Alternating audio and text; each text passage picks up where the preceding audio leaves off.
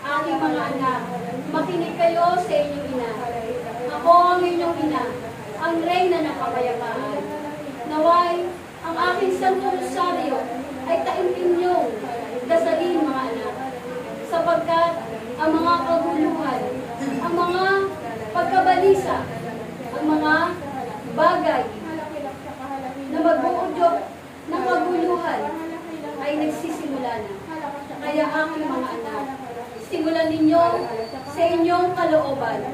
Simulan ninyo sa inyong sarili. na kayo ay magkaroon ng kapayapaan.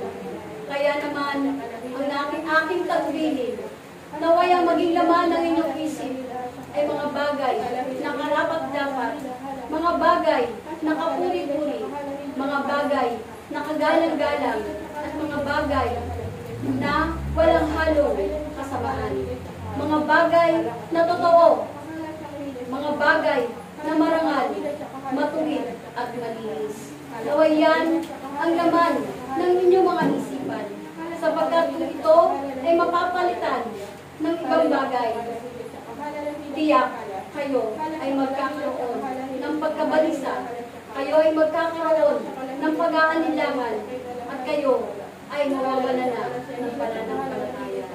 Kaya aking mga anak, naway ang kapayapaan ng inyong isip, ang kapayapaan ng inyong puso ay lagi niyong hilingin sa Ama, sapagkat kung kayo ay patuloy na makikipagkaisa sa Ama, ang Diyos na nagbibigay ng kapayapaan ay sa inyo.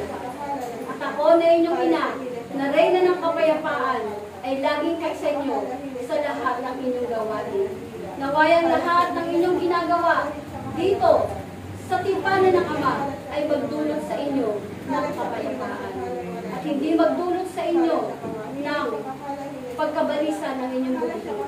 Naway hindi kayo gambalain ng inyong mga budhi. Lagi niyong suriin ang inyong mga budhi, kung inyo ba ay tunay na kayo pa ay nagbibigay ng kapayapaan o kayo ay nagbibigay ng katuluyan.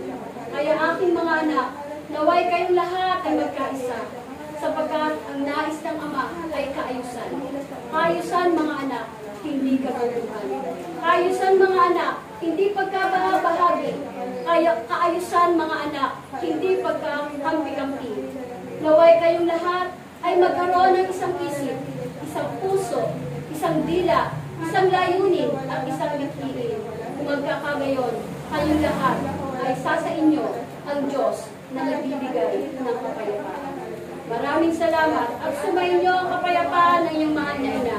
Magbatian muli kayo ng kapayapaan.